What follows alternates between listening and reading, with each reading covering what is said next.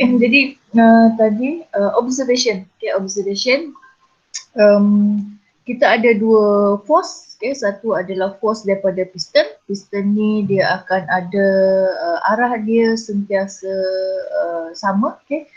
One direction, constant in direction but varying in magnitude. Dan juga F equivalent adalah yang berputar. Okay, yang ni adalah balancing masses. Dia akan ada constant in magnitude tapi dia punya direction dia akan berubah-ubah. Okay. Jadi apa yang akan jadi adalah equivalent mass only partially balance the reciprocating system. Okay. Kalau you tengok dekat sini, you ada F piston, lepas tu you ada F equivalent tadi. Kalau you resolve dia kepada dua paksi, satu paksi ni, okay, paksi X, okay, dan satu lagi paksi Y. Okay, jadi paksi X ni, okay, yang ni dia akan balancekan F piston. F equivalent cos theta ni, okay, dia akan balancekan F piston, tetapi F equivalent sin theta ni dia akan sentiasa ada. Okay, dia akan ada pada arah tu. Jadi F equivalent sin theta is not balanced. Okay, jadi Fs jadi F equivalent cos theta tu saja yang akan digunakan untuk balancekan F piston tu. Okay, jadi sebab tu dia akan ada menyebabkan imbalance. Kemudian untuk Fs yang ni adalah secondary force, dia magnitude dia adalah sangat kecil, okay, dan tidak praktikal untuk dibalancekan.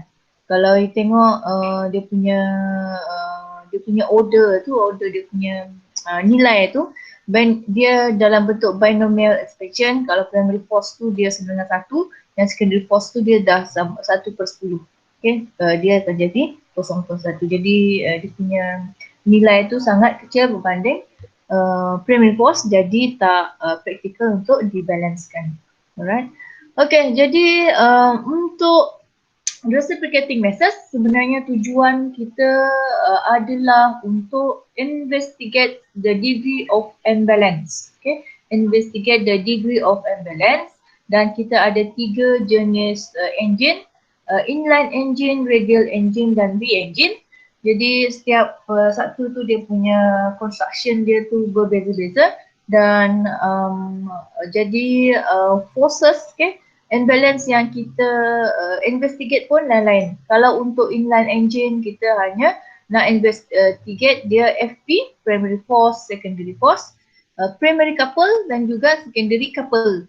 Okay. Kemudian untuk radial engine kita nak tahu dia construction dia landscape, jadi dia akan ada direct dan reverse. Jadi primary direct force, okay, primary reverse force, secondary direct force dan juga secondary reverse force. Okay, untuk kedua radial engine dan V engine kena investigate 4 benda ni. Okay, 4 benda ni. Kalau inline engine dia FP, FS, MP, MS. Okay. Okay, jadi kita tengok yang pertama iaitu inline engine. Okay, axis of stroke parallel to each other. Okay, yang ni stroke dia turun naik. Okay, jadi axis dia tu dia akan sama. Okay, dia akan susun sama line. Okay.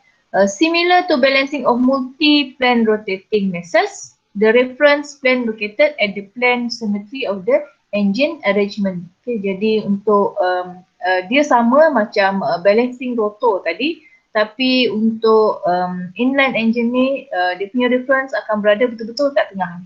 Okay, kalau contoh yang ni, maksudnya dia akan berada antara silinder 2 dan silinder 3. Okay, yang ni 4 silinder, silinder 1, silinder 2, silinder 3, silinder 4. Silinder 4. Jadi dia punya reference tu dia akan berada tengah-tengah.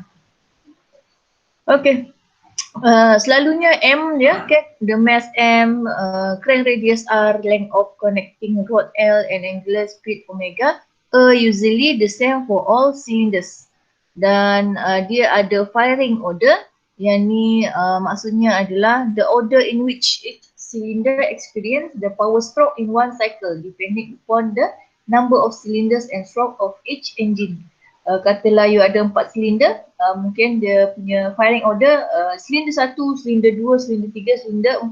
Okay, yang tu adalah firing order yang paling senang tapi dia akan menyebabkan banyak imbalance okay. Selalu yang kau jumpa adalah 1, 3, 2, 4. Okay, 1, 3, 2, 4. 1, 2, 3, 4 pun sebenarnya dia sepatutnya akan balance. Okay. Dia sentiasa akan, firing order dia sentiasa akan start daripada 1.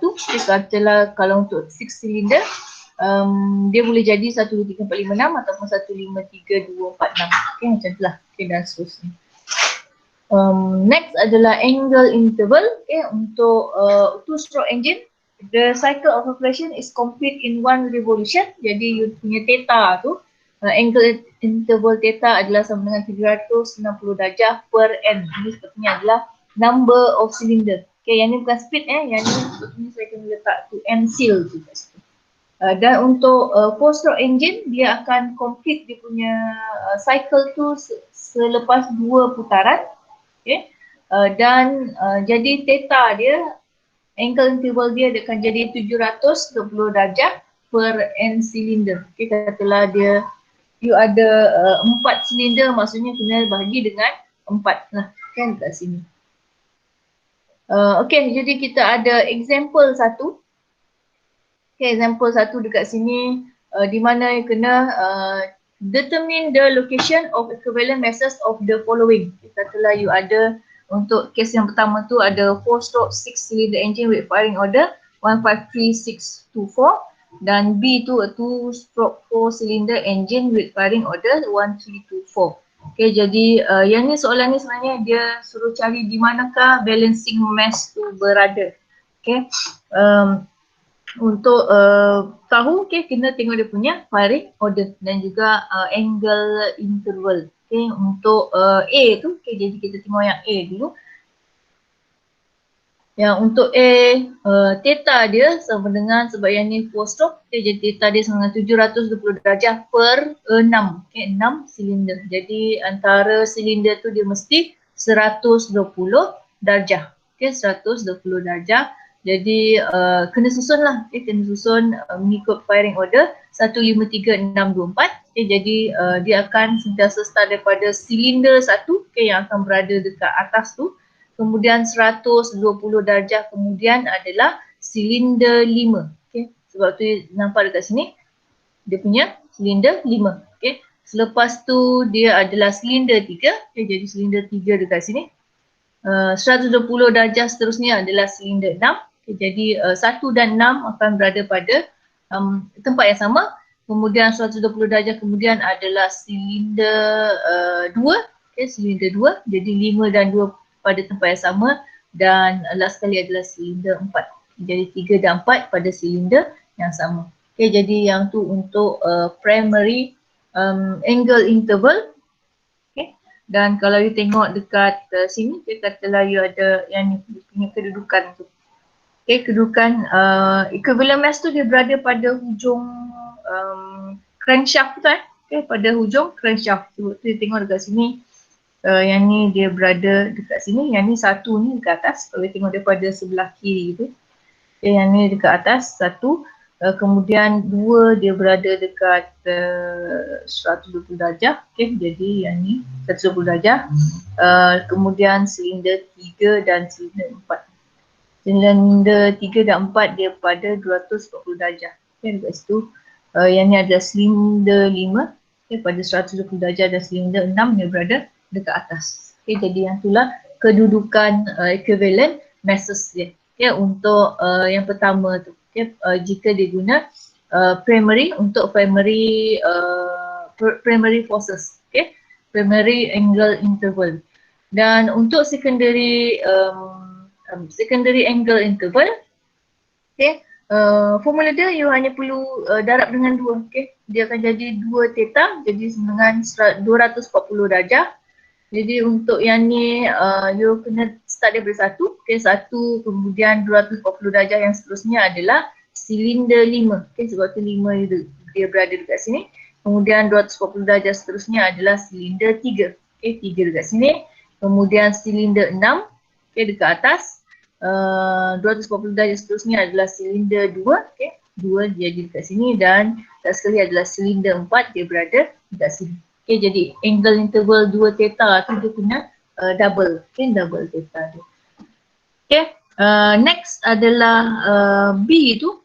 2-stroke 4 cylinder engine with firing order 1324.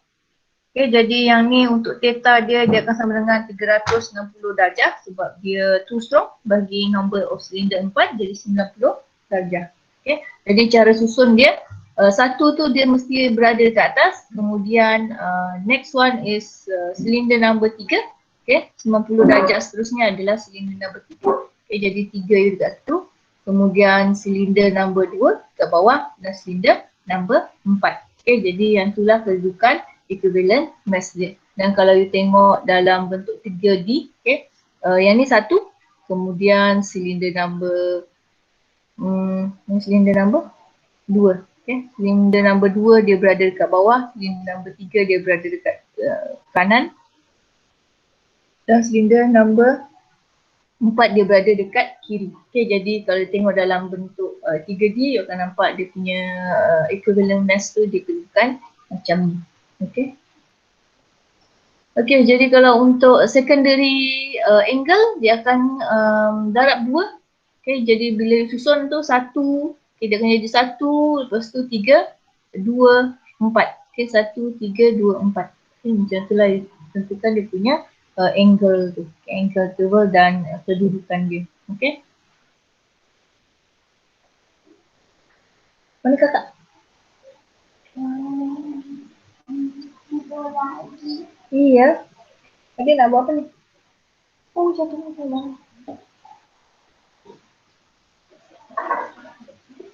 Okay.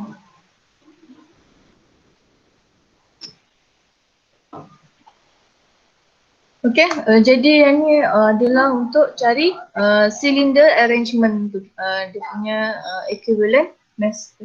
Ada lah apa? Sekejap lagi lah, boleh? Mama nak bagi ni ajar dulu